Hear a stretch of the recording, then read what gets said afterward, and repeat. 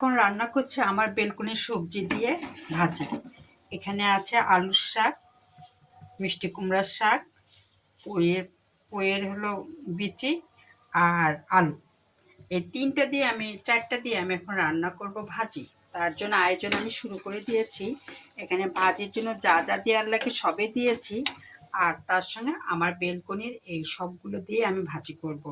আমার বেলকনিতে একটা ছোট্ট মিষ্টি কুমড়ার গাছ ছিল, মাশাআল্লাহ ভালোই বড় হয়েছে।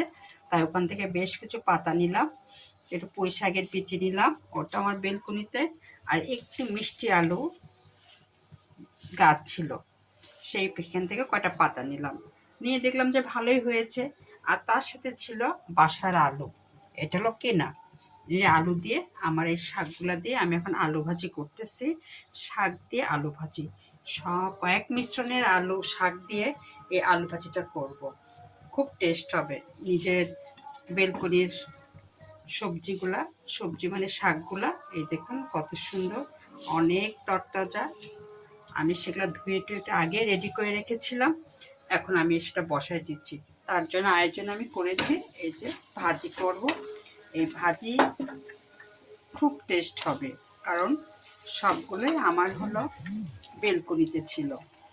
আর আলুটা শুধু কেনা ছিল, তাই ভাবলাম যে শাক যেহেতু কম হয়েছে, তাহলে আলু দিয়ে এই শাকগুলো রান্না করে ফেলি। আর এর জন্য আমি আজকে এই আয়োজন করেছি। এই দেখুন বিচিগুলো কত সুন্দর পুঁই শাকের, এই দেখুন।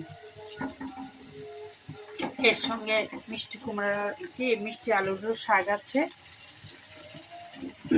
মিষ্টি কুমড়ার পাতা আছে, পুঁই শাকের বিচি আছে, আলু। এই তিনটা দিয়ে আমি এখন সবজি রান্না করতেছি। তার সঙ্গে আমার কেনা আলু ছিল, বগুড়ার আলু, একটু কেটে দিয়েছি একটু সুস্বাদু হওয়ার জন্য। তা এখানে রাখলাম। আজকে আমার বেলকুনির সবজি শাক দিয়েই আমি আলু ভাজি করছি। এই যে এখানে রাখলাম। আল্লাহ হাফেজ।